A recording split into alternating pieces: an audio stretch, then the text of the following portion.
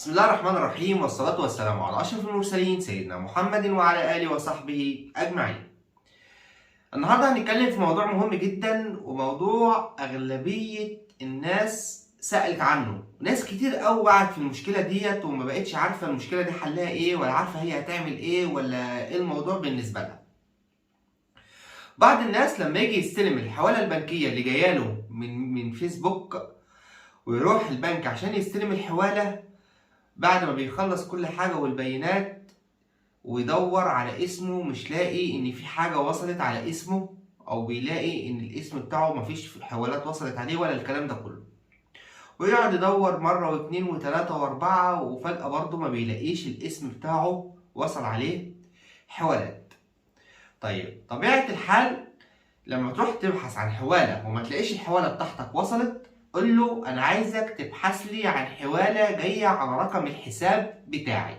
بيخش على رقم الحساب، بيدور على الحوالات اللي بتوصل على رقم الحساب، لان هو لو بحث بالاسم مفيش حوالة بتوصل بالاسم، لان اغلبية الاسماء بتيجي مختصرة وفيها مشاكل في كتابة الاسم.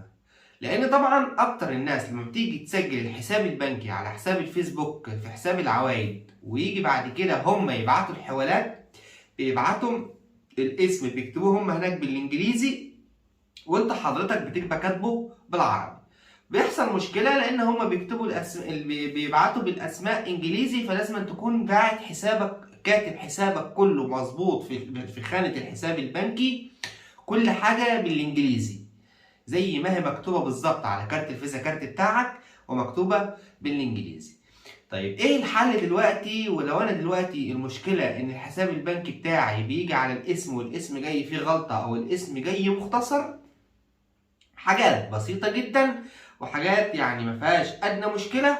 كل اللي مطلوب منك هتروح على الموظف اللي بيتبعت من خلاله الحوالات، قول له حضرتك لو سمحت انا عايزك تبعت لي ايميل للبنك الرئيسي، لاداره البنك الرئيسي، اشوف ايه حل المشكله بتاعه الاسم المختصر بتاعي.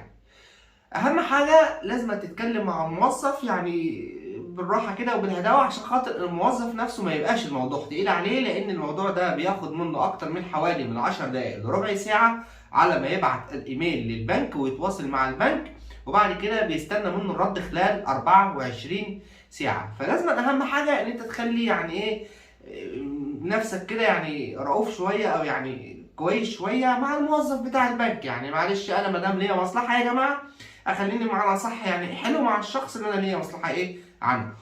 فايه كالاتي، هيبعت لاداره البنك الرئيسي، يقول له والله الشخص ده هو جاي له حواله وجاي الاسم بتاعه غلط.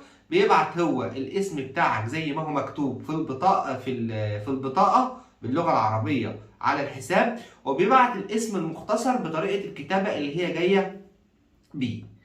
وخلال 24 ساعة، أو حاليا بيتم الرد خلال ساعتين بس، طبعا أغلبية الناس ما بتقدرش تقعد عشان خاطر بيقول لك البنك هيقفل والحكاية والرواية. هيوصل البريد الإلكتروني كالآتي، إن الشخص التابع لنا أو بجهة أو صاحب الحساب الموجود لدينا في البنك الأساسي، يعني في البنك اللي أنت دلوقتي بتاعك، ما دام ان انت كاتب الحساب البنكي بتاعك مظبوط والسويفت كود بتاعك مظبوط، يبقى يحق لك صرف الحواله اذا كان يوجد خطا في الاسم او الاسم مختصر.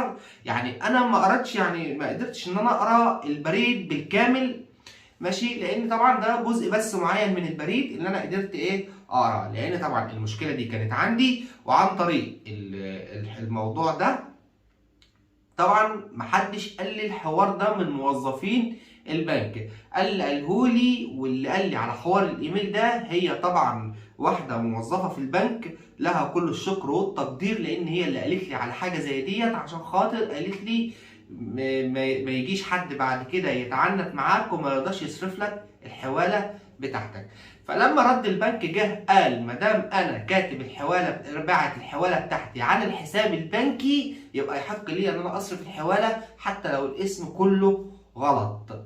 فالناس يا جماعه اللي معلش ممكن اكون طولت معاكم في الفيديو شويه، الناس اللي اسمها بيجي مختصر او في مشكله في الاسم، قول للموظف اللي قاعد على الحوالات لو سمحت ابعت لي بريد ان انا عندي مشكله في الاسم في الحواله، وهيجي الرد بالبريد بتاعك يقول لك مفيش مشاكل ان انت تستلم الحواله بتاعتك مهما كانت. يعني انا ما اقدرش اقول المبلغ، وطبعا انا زي ما بتكلم معاكم كده هيجي برضو على الهامش هقول لكم الاسم بيجي مختصر ايه المشكله ازاي وايه الوضع فيه وكل حاجه.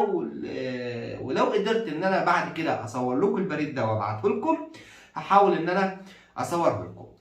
يا رب تكونوا استفدتوا من الفيديو، وان شاء الله انتظرونا في فيديو جديد وكل ما يخص الفيسبوك من مشاكل ومشاكل تحقيق الارباح، وان شاء الله سلسله طويله من الفيديوهات باذن الله لجميع الحلول باذن المولى عز وجل. وكل سنه وانتم طيبين.